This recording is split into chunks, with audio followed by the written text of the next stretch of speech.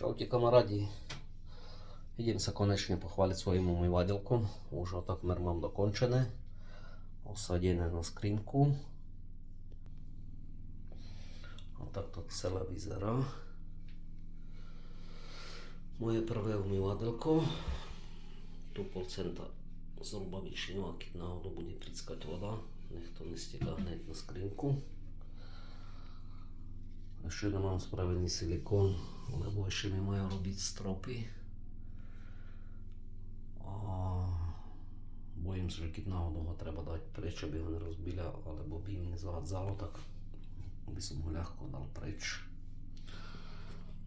Tu mám tak spravené, že to sa vybere. Tam dole je pod tým sifón normálny, klasický. A je to, vyzerá to dobre. Mne sa páči, rodinky tiež. Tak jak na moje prvé umývadelko.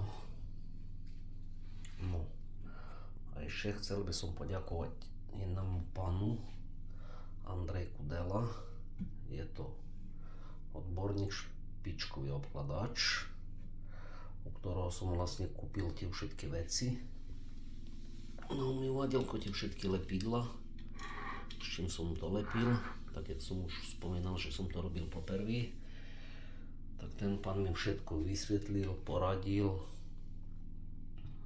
proste pomohol mi s tým veľmi a odporúčal všetkým majstrom, obkladačom navštíviť e-shop AK Profi teda.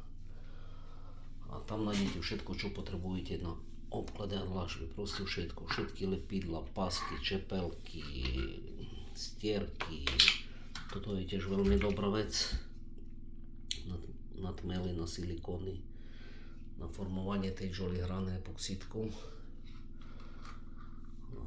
Proste všetko tam nájdete, čo potrebujete na obklade a dlažby, všetko Distar, čo Distar má, všetky novinky ten pán má.